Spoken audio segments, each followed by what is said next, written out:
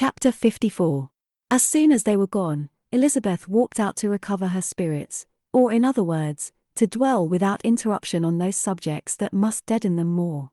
Mr. Darcy's behaviour astonished and vexed her. Why, if he came only to be silent, grave, and indifferent, said she, did he come at all? She could settle it in no way that gave her pleasure. He could be still amiable, still pleasing, to my uncle and aunt, when he was in town, and why not to me? If he fears me, why come hither? If he no longer cares for me, why silent? Teasing, man. I will think no more about him.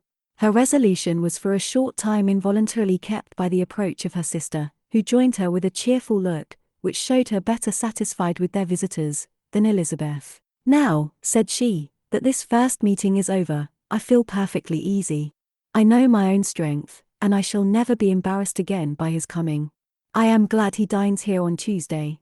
It will then be publicly seen that, on both sides, we meet only as common and indifferent acquaintance.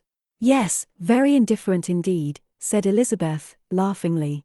Oh, Jane, take care. My dear Lizzie, you cannot think me so weak as to be in danger now. I think you are in very great danger of making him as much in love with you as ever. They did not see the gentleman again till Tuesday, and Mrs. Bennet, in the meanwhile, was giving way to all the happy schemes, which the good humour and common politeness of Bingley, in half an hour's visit, had revived. On Tuesday there was a large party assembled at Longbourn, and the two who were most anxiously expected, to the credit of their punctuality as sportsmen, were in very good time. When they repaired to the dining-room, Elizabeth eagerly watched to see whether Bingley would take the place, which, in all their former parties, had belonged to him, by her sister. Her prudent mother, occupied by the same ideas, forbore to invite him to sit by herself. On entering the room, he seemed to hesitate, but Jane happened to look round, and happened to smile. It was decided. He placed himself by her. Elizabeth, with a triumphant sensation, looked towards his friend. He bore it with noble indifference, and she would have imagined that Bingley had received his sanction to be happy, had she not seen his eyes likewise turned towards Mr. Darcy, with an expression of half-laughing alarm. His behaviour to her sister was such, during dinner time, as showed an admiration of her, which, though more guarded than formerly, persuaded Elizabeth, that if left wholly to himself, Jane's happiness, and his own, would be speedily secured. Though she dared not depend upon the consequence, she yet received pleasure from observing his behaviour. It gave her all the animation that her spirits could boast, for she was in no cheerful humour. Mr. Darcy was almost as far from her as the table could divide them. He was on one side of her mother. She knew how little such a situation would give pleasure to either, or make either appear to advantage. She was not near enough to hear any of their discourse, but she could see how seldom they spoke to each other, and how formal and cold was their manner whenever they did. Her mother's ungraciousness made the sense of what they owed him more painful to Elizabeth's mind, and she would, at times, have given anything to be privileged to tell him that his kindness was neither unknown nor unfelt by the whole of the family. She was in hopes that the evening would afford some opportunity of bringing them together, that the whole of the visit would not pass away without enabling them to enter into something more of conversation than the mere ceremonious salutation attending his entrance.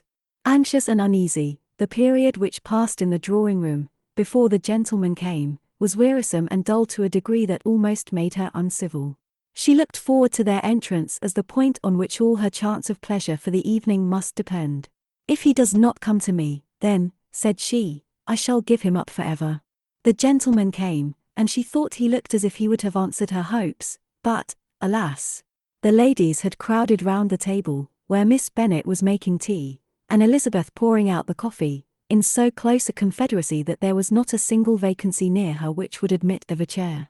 And on the gentleman's approaching, one of the girls moved closer to her than ever, and said, in a whisper, "The men shan't come and part us, I am determined. We want none of them, do we?" Darcy had walked away to another part of the room. She followed him with her eyes, envied everyone to whom he spoke, had scarcely patience enough to help anybody to coffee, and then was enraged against herself for being so silly. A man who has once been refused. How could I ever be foolish enough to expect a renewal of his love?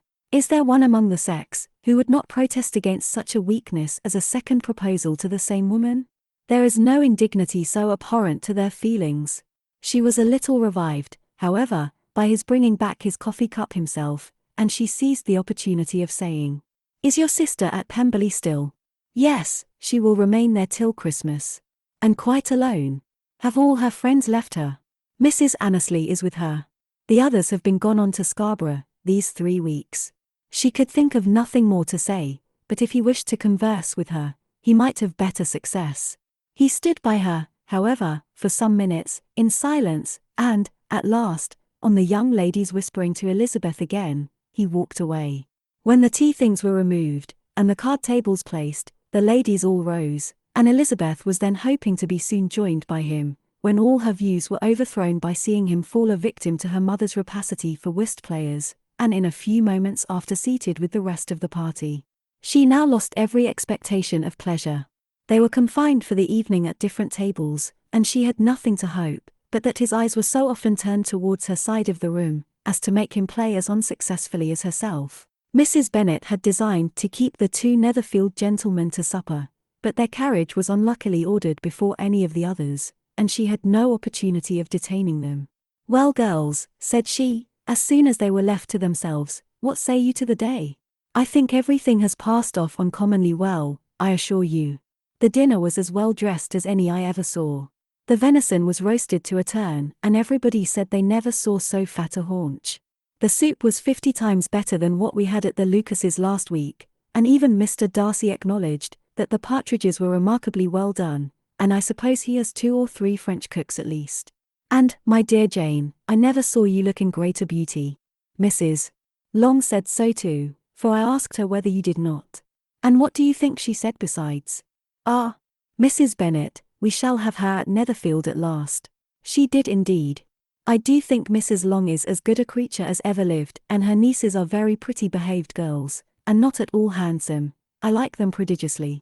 Mrs. Bennet, in short, was in very great spirits. She had seen enough of Bingley's behaviour to Jane, to be convinced that she would get him at last, and her expectations of advantage to her family, when in a happy humour, were so far beyond reason, that she was quite disappointed at not seeing him there again the next day, to make his proposals. "It has been a very agreeable day," said Miss Bennet to Elizabeth. "The party seemed so well selected, so suitable one with the other. I hope we may often meet again."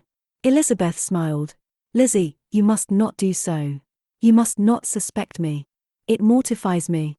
I assure you that I have now learnt to enjoy his conversation as an agreeable and sensible young man, without having a wish beyond it. I am perfectly satisfied, from what his manners now are, that he never had any design of engaging my affection.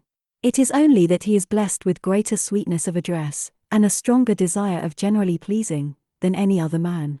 "You are very cruel," said her sister, "you will not let me smile, and are provoking me to it every moment. How hard it is in some cases to be believed, and how impossible in others.